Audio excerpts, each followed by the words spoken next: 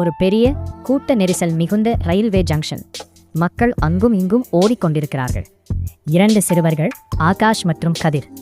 அவர்கள் கையில் பழைய காலத்து மாடல் சூட்கேஸ் மற்றும் விசித்திரமான ஒரு டிக்கெட் இருக்கிறது. இருவரும் டிக்கெட்டை பார்த்து குழப்பத்துடன் இருக்கிறார்கள்.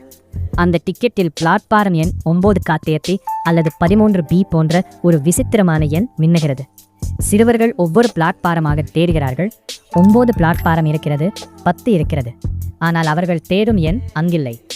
டிக்கெட்ல இருக்கிற நம்பர் இங்க இல்லையே, நாம் தப்பான இடத்துக்கு வந்துட்டோமா? அந்த ரகசிய சுவர் ஜங்ஷனின் ஒரு மூலையில் பழைய கற்களாலான ஒரு பெரிய சுவர்.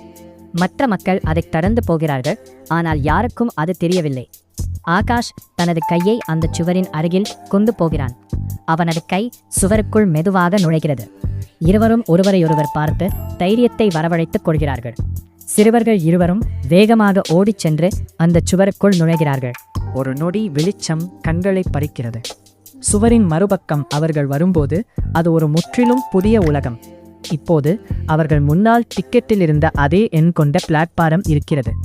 அங்கே ஒரு பழங்காலத்து நீராவி இன்ஜின் நின்று கொண்டிருக்கிறது. அதிலிருந்து தங்க நிறத்தில் புகை வெளிவருகிறது. சிறுவர்கள் இருவரும் சிரித்துக்கொண்டே ரயிலில் ஏறுகிறார்கள். ரயில் மெதுவாக நகரத் தொடங்கிறது.